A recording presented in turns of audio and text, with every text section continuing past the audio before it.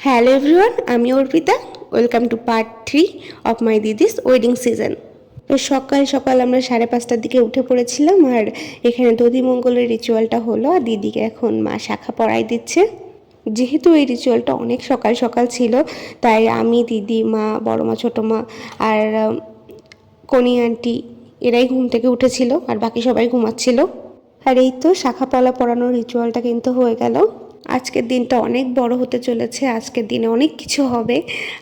ফার্স্টে এই রিচুয়ালটা হলো, তারপরে বৃদ্ধি, হলুদের অনুষ্ঠান, তারপরে ফাইনালি বিয়ে, অনেক কিছু হবে। তো এই সবের পর আমরা একটু ঘুমিয়ে নিয়েছিলাম, তারপর দিদি উঠে বৃদ্ধির লোকে রেডি হয়ে গেল। আর এই যে যেহেতু আর্জেন্টিনার খেলা ছিল সেদিন, না দিদি না জেঠুমণি না আমাদের যে ছবি তুলতে এসেছে তার মন লাগছিল কাজে। তো আলটিমেটলি খেলাটা শেষ হলো, তারপরে বৃদ্ধি শুরু হলো দিদির। আর এই যে বৃদ্ধি কিন্তু চলছে। দেন বৃদ্ধি শেষে দিদি হলুদের সাজে রেডি। আসলে আমরা এত তাড়াহুড়ার মধ্যে সব কিছু করছিলাম যে কখন কি করব ঠিক নেই। এই যে আমিও একটু রেডি হয়ে নিয়েছি, আর এই যে এখন হলো হলুদ কোটার পালা। মারা চলে এসেছে, সবাই কিন্তু সেম সেম শাড়ি টাড়ি পরে, মাদেরকে কিন্তু অনেক সুন্দর লাগছে। এরপর হলুদের রিচুয়ালও হয়েছিল দিদি, যেটার ভিডিও আমার কাছে নেই, কারণ আমি ওই টাইমে দিদির সাথে ছিলাম, তো ভিডিও করতে পারিনি। আর দেন আমরা চলে আসলাম পার্লারে, দিদির পার্লারে আর আমি আমার পার্লারে। এই তো আমি রেডি টেডি হচ্ছে, আর দিদি তো ওখানে রেডি হচ্ছে, বসাচ্ছে। আমি চলে এসেছিলাম দীপ্তিতে রেডি হতে, আর এই যে আমাকে নিতে প্রান্ত আর জ্যাঠা এসেছিলো, তারা আধা ঘন্টা ওয়েটও করেছে আমার জন্য। যাই হোক, এরকম একটু ওয়েট করাতে হয়। তারপর আমরা চলে আসলাম ভেন্যুতে এসে দেখি এখানে সব কিছু একদম রেডি, খুব সুন্দর করে সাজানো কমপ্লিট হয়ে গেছে। আর এখানকার ছাদনা তোলাটাও কিন্তু অনেক সুন্দর হয়েছে। এই যে ভাইয়ারাও কিন্তু আগে থেকে চলে এসেছে, তারা সব কিছু সেট আপ করে নিচ্ছে আগে থেকে, যাতে পরে প্রবলেম না হয়। আর এই যে আমাদের বরমশাই কিন্তু এসে হাজির, আর মারাও রেডি তাকে বরণ করার জন্য। তো এই তো বরণেরই প্রিপারেশন চলছে।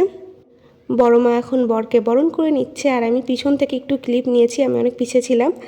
আমাদের বউ কিন্তু ভেন্যুতে এসে হাজির হয়ে গেছে, আর তাকে অসম্ভব সুন্দর লাগছে। আর এখানে এই যে রিচুয়ালগুলো স্টার্ট হয়ে গেল।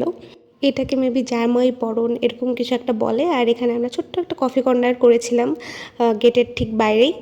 আর তারপর আমাদের যে বরকে বড়ি বানানো হচ্ছে দিদির সাথে, এখন এই যে শুভ দৃষ্টির যে ব্যাপারটা, দিদি এখন বরণ করে নিচ্ছে অনুপদাকেও কিন্তু বর্ষে যে বেশ লাগছে আজকে। আর এখানে হয়তো এই যে কন্যাদানের রিচুয়ালটা হচ্ছে। আসলে আমি ঠিকঠাক সব রিচুয়ালের নামটাও বলতে পারি না, কারণ আমি তেমন কোনো বিয়ে দেখিনি। দিদির বিয়েটাই আমি হয়তো বসে দেখেছি।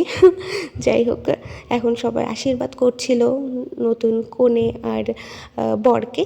আমরা বিয়ের প্রায় শেষ পর্যায়ে চলে আসছি, মানে সাজো বিয়ের শেষ পর্যায়ে চলে আসছি। বাসি বিয়ে কিন্তু পরের দিন সকালে হবে। আর সবাই খেতে বসে গেছে, এখন সবাই খাওয়া দাওয়া করছিল। আমরা সবার লাস্টেও বসেছিলাম খেতে, বিয়েটা শেষ হওয়ার পর। খাবারে পোলাও ছিল, তারপরে কুমড়া দিয়ে একটা বড়া ছিল, তারপরে রোস্ট ছিল, খাসির মাংস ছিল, ডাল ছিল, আরও কী জানি ছিল, আর দই ছিল। খাওয়া দাওয়ার পর্ব শেষ হওয়ার পর একটা হাত ধোয়ানোর রিচুয়াল ছিল জামাইয়ের সাথে, যেটার ভিডিও আমার কাছে নেই। তারপর দিদি আর দাদাকে নিয়ে আমরা একটু আউটডোর শ্যুট করাতে চলে আসলাম রাইফেল ক্লাবের বাইরেই, যেহেতু এখানেই জায়গা আছে। বাড়িতে ফিরে আর কিছু ছোটোখাটো রিচুয়াল ছিল, সেগুলো শেষ হওয়ার পরে আজকের সাজু বিয়েটা শেষ হয়ে গেল। আর নেক্সট পার্টে আমি তোমাদের সাথে শেয়ার করবো বাসি বিয়েটা আর সব কিছু। I hope you are like my video. Thank you for watching. Love you all.